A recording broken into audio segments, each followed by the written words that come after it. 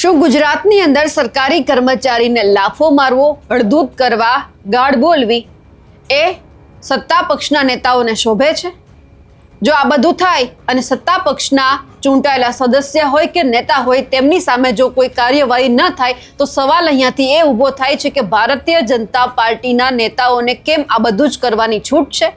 જો વિરોધ પક્ષના કોઈ નેતા દ્વારા કોઈ સરકારી કર્મચારીને લાફો મારવામાં આવે કે અપશબ્દ બોલવામાં આવે તો પછી એમની સામે કાર્યવાહી થાય, ફરિયાદ પણ થાય અને સજા પણ થાય. આ સવાલ અત્યારે અમે એટલા માટે ઉઠાવી રહ્યા છીએ, ઘટના અમરેલીમાંથી સામે આવી કે જ્યાં ભારતીય જનતા પાર્ટીના એક ચૂંટાયેલા સદસ્યએ સરકારી કર્મચારીને લાફો માર્યો અને પછી સમાધાન થઈ ગયું. નમસ્કાર, આપ જોઈ રહ્યા છો નિર્ભય ન્યૂઝ અને હું છું આપની સાથે રિદ્ધિ.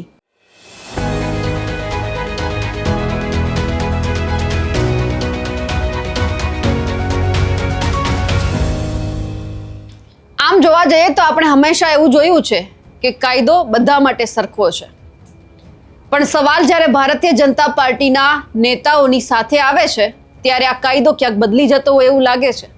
જો વિરોધ પક્ષના કોઈ નેતા દ્વારા કોઈ સરકારી કર્મચારીને, સરકારી અધિકારીને અપશબ્દ બોલવામાં આવે, ગાળો આપવામાં આવે કે પછી એમના ઉપર હુમલો કરવામાં આવે, લાફો મારવામાં આવે તો પછી વિરોધ પક્ષના નેતા હોય કે પછી કોઈ પણ કાર્યકર્તા હોય તેમની સામે ફરિયાદ નોંધાય, સજા પણ થાય. પણ જો આની જ જગ્યા ઉપર ભારતીય જનતા પાર્ટીના કોઈ નેતા દ્વારા આવું કરવામાં આવે તો એમને છોડી દેવામાં આવે અને કાં પછી સમાધાન થઈ જાય.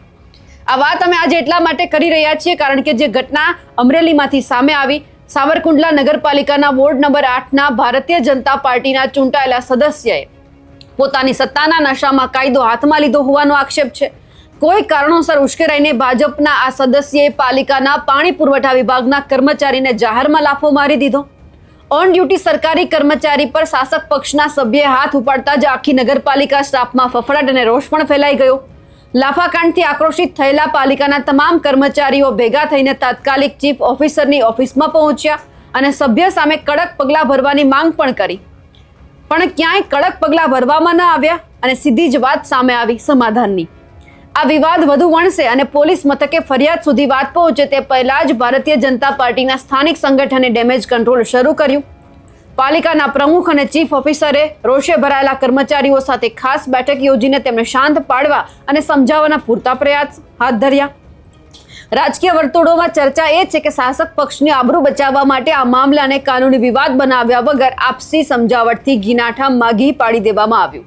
પણ સવાલ અહીંયાથી સ્પષ્ટ એ જ થઈ રહ્યો છે કે જો કોઈ સામાન્ય જનતાએ કોઈ સરકારી કર્મચારીને લાફો માર્યો હોત તો શું તેમની સામે કાર્યવાહી ન થાત? તો શું એમની સામે ફરિયાદ ન નોંધાત? અહીંયા ભારતીય જનતા પાર્ટીના સદસ્ય છે એટલા માટે એમની સામે ફરિયાદ નથી નોંધાઈ?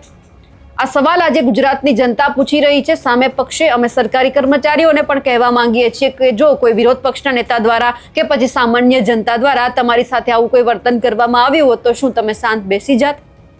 અહીંયા વાત ભારતીય જનતા પાર્ટીના નેતાની છે એટલા માટે તમને જે સમજાવવામાં આવ્યા અને ક્યાંક સમાધાન કરી લેવામાં આવ્યું.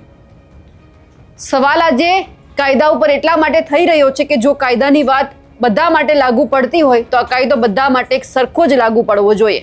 એમાં પછી કોઈ ભારતીય જનતા પાર્ટી, કોઈ કોંગ્રેસ, કોઈ આમ આદમી પાર્ટી કે કોઈ સામાન્ય જનતા ન હોય. આ બધાની વચ્ચે જે દ્રશ્ય સામે આવ્યા છે તેમને પણ જોઈ લઈએ.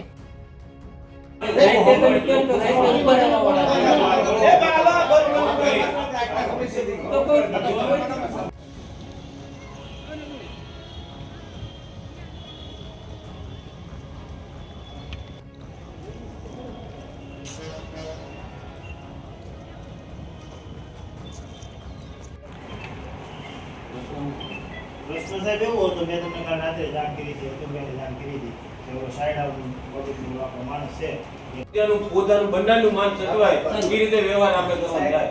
અને આ કોઈ ક્યાંય હાથ ઉપાડવાનો ને એવો કોઈ પ્રશ્ન ક્યાંય ભવિષ્યમાં આવવો ન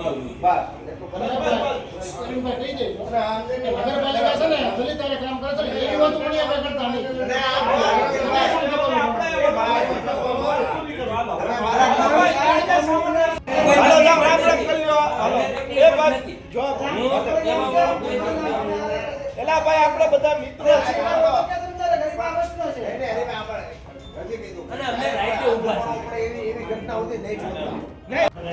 મને તાવ આવ્યો હતો નહીં, બરોબર, એટલે મેં અતુલભાઈ જાણ કરી કે ભાઈ ભાઈ નથી આવ્યો તો સાઈડ શું કરું એટલે હરિભાઈને ફોન કરીને મોકલ્યો હા એટલે મેં સાઈડ મોકલી દીધું 20 મિનિટ રવાના નથી તો માણસો આવી બરોબર એટલે અહીંયા આવીને મને એમ કહે છે કે નગરપાલિકાનો માણસ છે એ કામ કરવા જાય છે ઓલામાં કામ કરતો હતો તો આપણા શું કામ ન કરે તમે કહેતા નથી મેં તમે કામને તો માણસ મોકલી દીધો એટલે મને કે તમે કે એમ બરોબર કે તમે આવી રીતે અમને હેરાન કરો છો એમ કહે બરોબર મેં કીધું મેં એમાં હેરાન ક્યાં થયા તો કે તું એમાં કમિશન લેશો તું ના પાડીશો એટલે એ માણસો આવતા નથી તું માણસો ચડાવીશો મેં કીધું મેં ક્યાં માણસો ચડાવ્યો એમ કરીને મારી માથે રાયડું નાખતા નતુભાઈ એટલે મેં નતુભાઈ કીધું તમે રાયડું નાખી વાત કરો માં તો નીતિનભાઈ મને કેવા મહિને દારૂ બોલવા મહિને